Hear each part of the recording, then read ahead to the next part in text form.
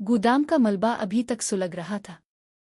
असद की आंखों में वहशत थी और वो नंगे हाथों से जलता हुआ मलबा हटाने की कोशिश कर रहा था।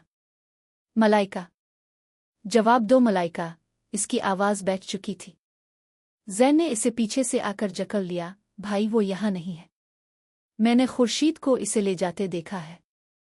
हमें निकलना होगा इससे पहले कि ये पूरी छत गिर जाए। असद ने खाली नज़रों से जैन को देखा और फिर खामोशी से इसके साथ गाड़ी की तरफ बढ़ा। गाड़ी की रफ्तार 120 से ऊपर थी, लेकिन अंदर एक ऐसी खामोशी थी जो किसी तूफान का पता दे रही थी।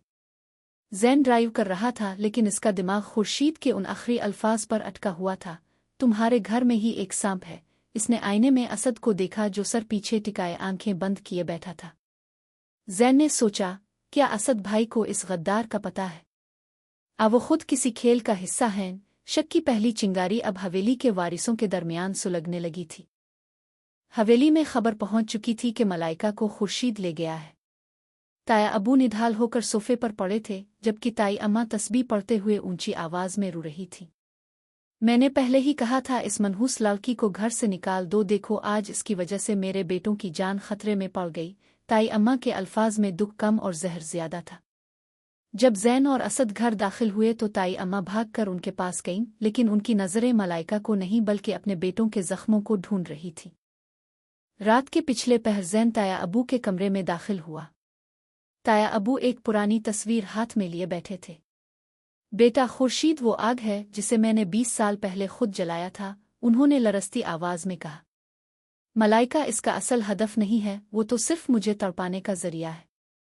वो जानता है कि मलाइका इस हवेली की इज्जत नहीं बल्कि मेरा सबसे बड़ा गुनाह है। जैन हैरान रह गया। गुनाह?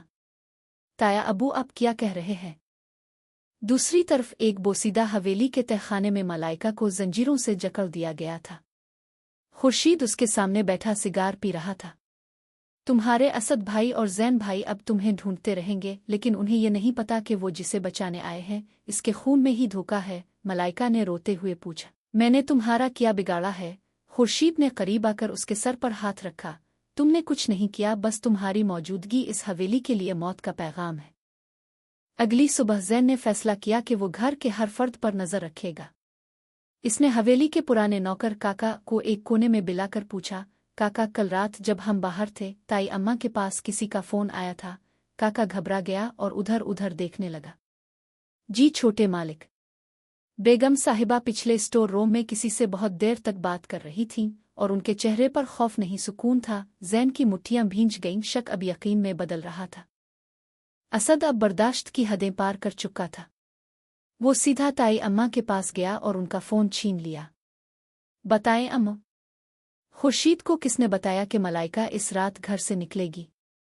हवेली का नक्शा और गोदाम की चाबियां किसने दें?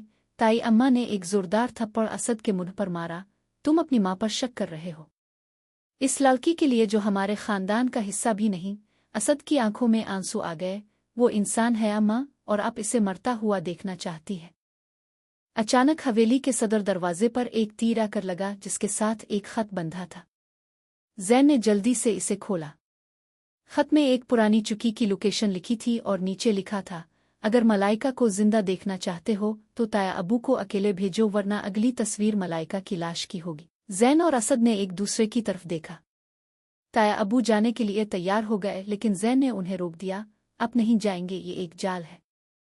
जैन और असद ने फैसला किया कि वो कानून और ताया अबू को बताए बगैर खुद कार्रवाई करेंगे। उन्होंने काली वर्दियां पहने और जदीद असलहा लेकर इस पुरानी चुकी की तरफ रवाना हुए। रास्ते में असद ने जैन से कहा, अगर आज हमें कुछ हो गया तो हवेली का क्या होगा?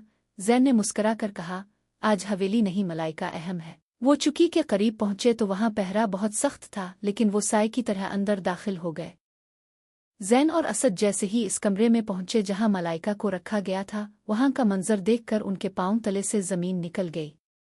मलाइका वहां नहीं थी, बल्कि वहां ताई अम्मा का एक वफादार मुलाजिम बैठा था, जिसके हाथ में रिमोट कंट्रोल था।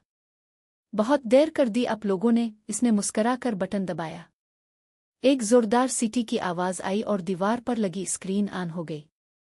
स्क्रीन पर मलाइका को एक कुनवे के ऊपर लटकाया गया था और पास ही ताई अम्मा खड़ी खुर्शीद से हाथ मिला रही थी।